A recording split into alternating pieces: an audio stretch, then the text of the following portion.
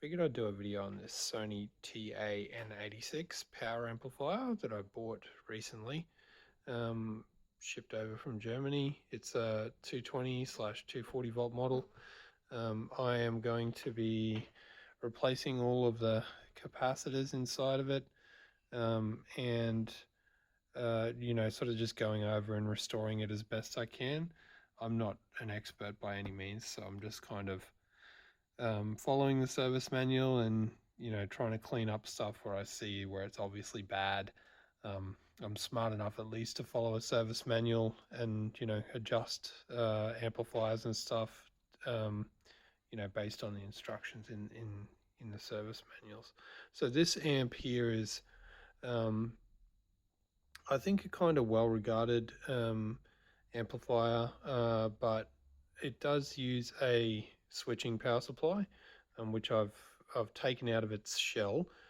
So it's inside of like an aluminium casing, and I guess the idea there was to try and suppress the noise that this thing makes, the high frequency noise, so you can't hear it if you've got like kind of crappy hearing like I do.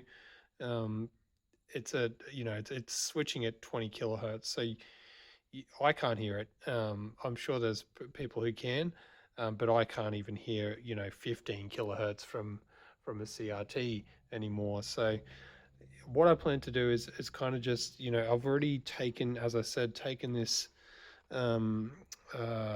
switching power supply. I've taken it out of its case, and I'm just going over the caps here. These caps, I'm not sure if you can tell in the vid, but they're quite obviously bulging. The low capacitance high voltage caps, 22 and 33 UF at 350 and 400 volts. These ones seem to be okay, but I will, while I'm in here, because it was such a pain to take this out of its case, I think I'll just replace them all. There are some smaller value caps here, 0.47 microfarads and 10 microfarad one there. These ones read pretty bad when I test them with a little ESR meter there. These big caps here, the 1000 microfarad at, I think they're 50 volts. I'll replace all of those. There's 8 of those.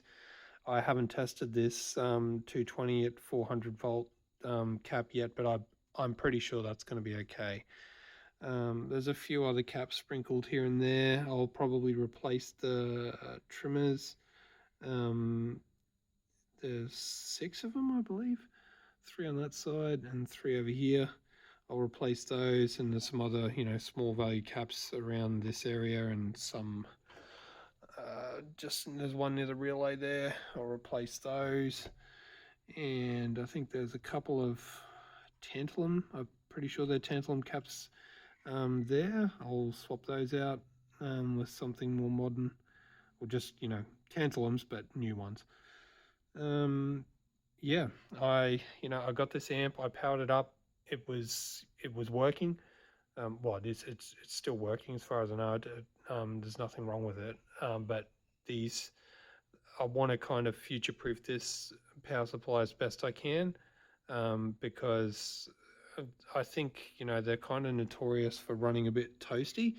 You can kind of see the board on mine is pretty baked. I've definitely seen worse. But I can see the darkness on the circuit board there.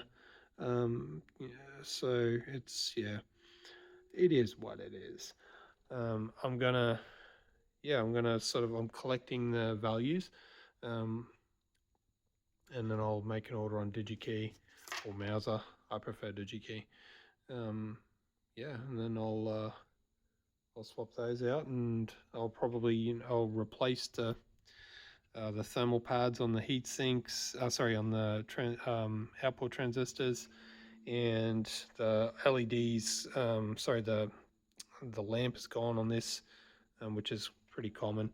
I'll probably replace it with an incandescent. I tend to prefer those. They just look better. Yeah, and I'll post another video once I get those parts, and we'll go from there. Cheers.